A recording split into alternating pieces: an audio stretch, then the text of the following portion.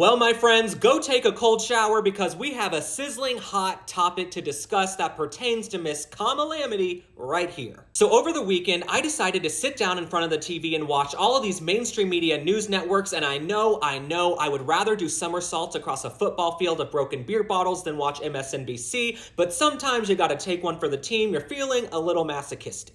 Now, in my very thorough research, one thing I noticed on these TV panels, and I've seen it online personally myself, if you give Kamala Harris fair, balanced critiques, you get accused of racism. You must hate black women because you're judging Kamala Harris so harshly. Now, let's unpack this together. I know I'm literally the whitest person on earth, and this might come as a shock, but I've been involved in community organizing since I was in middle school. One thing I've always believed is equal rights means equal criticism. Kamala Harris is running for the highest office in the land. She is running to be president of 300 million people to manage a multi-trillion-dollar budget with major crises all around the globe. I do not care if Kamala Harris is white, black, Indian, Asian, none of the above, male, female, centaur, however she wants to identify. It's 2024. If someone wants to call themselves a chair, we're supposed to respect it. I don't care about any of Kamala Harris's superficial identity traits. I am going to judge her because she's running for president. If I come on here and say, you know what, I'm not really sure of Kamala's pseudo-communist price capping policies. How is that gonna work? You're racist. You're judging her because she's a woman of color.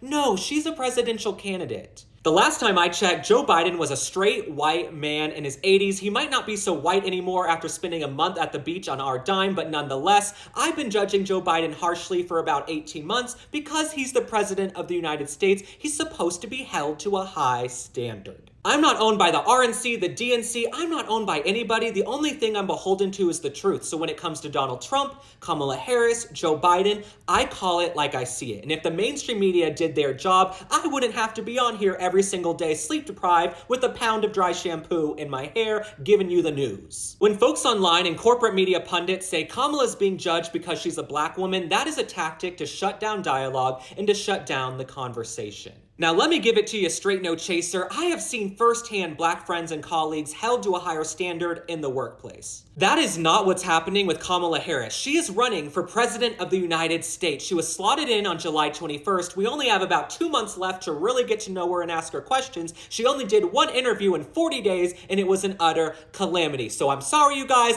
I call bullshit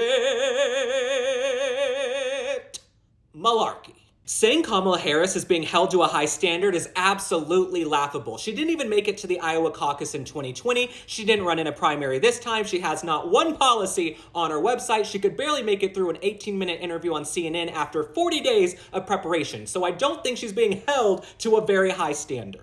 This is not Playtime, Sesame Street, Ring Around the Rosie. You get a participation trophy. You get a participation trophy. Kamala Harris wants to be in charge of the nuclear codes, so I'm sorry, I'm going to call it like I see it and discuss her policies and discuss her missteps like the mainstream media should be doing every single day. The last thing I'll say is this: don't cry for me, Argentina, because Donald Trump, they talk about everyone he's ever dated, who he's been out with, does he wear boxers or briefs, they talk about Melania, they denigrate his family. Kamala Harris, we're supposed to use kid gloves on her? Absolutely not. All right, thank you guys for liking and following. Drop a comment, tell me how you feel about Kamala Harris, Donald Trump. We've got about 60 days until the election. One thing about me, I welcome everyone on my page, from the left, the right, the middle, none of the above. It's come one, come all to the Halloween ball. I'm glad we can discuss these hot button issues, these third rail issues in an open way. I'll see you on the next one. Bye.